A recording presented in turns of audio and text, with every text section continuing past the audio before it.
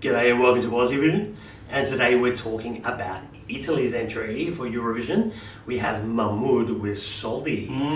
Let's come up with three things we like about it. Dale, you can kick us off. Well, struggle to keep it to just three. First up, number one, it is a modern Italian song, finally! Something that sounds like you could hear on radio all over Europe. I'd love to hear it here, but it's in Italian, so it probably wouldn't be.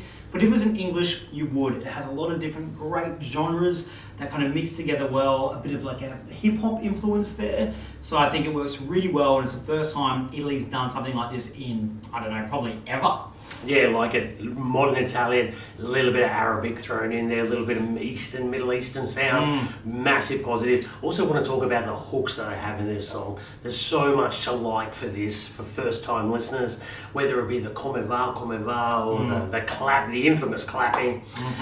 There's so much for a first-time viewer to see on this and enjoy about this. I think this could really resonate with viewers. Yeah, indeed. And probably the other thing here is also, it has jury appeal. Everything was said there about contemporary, it works for juries. It hasn't worked really well for Italy in the past. They've kind of been a little bit down compared to their really high televote, and I think this is something that can really elevate up for juries at Eurovision for Italy. Certainly worked for the Sanremo juries. Smashed it with the Sanremo juries. It did. Let's talk about things that might be a little bit negative on this one. I'm going to say the challenge of staging with this one. We know as fans that this is a song about his strained relationship with his father. Yep. How do they get across and get that across to the viewers? Real challenge as well. Like, yeah, he can't just stand there and just perform it like he did at Sanremo.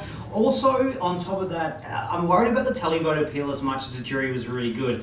Televoters have got behind Italy because they've got really kind of these big, well, dated, stereotypical type of Italian songs, and this is not it. So the question mark is, how will Europe vote for it? No, I agree with you there. If you're not on board, I think, with this one in the first couple of hours or the first couple of minutes, you may not get on board with that. And that comes to the peaks and troughs of the song. As much as I love it, it is a little bit one pace throughout the whole thing. So that may be a bit of a problem for Italy. You can't hit it with a big, massive, dramatic thing at the end if you're not on board. True. Totally. Predictions. Do we think Michael is going to be on the left or right-hand side of the scoreboard?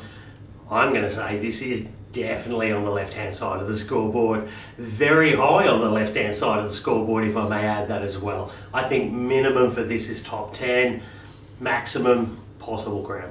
Wow, that's a big call. I have to agree with you. Definite left-hand side of the scoreboard for this one, for sure. I agree with you. This has a potential winner there. I think it might just not quite get there, but I'm seeing top 5. I can't even see it falling into below the top 5. I think it's a really strong entry, and I have no issue if Italy go and take the crown. Yeah, that'd be fantastic. Anyway, we've got more thoughts on this song. We've got a lot of thoughts on this song. Yeah, you can get them on our podcasts. Yes, listen and subscribe wherever you get your podcast. Our rankings and also the rankings of our Aussie Vision jury as well. Yeah, thanks for joining us, guys. All right, see you later.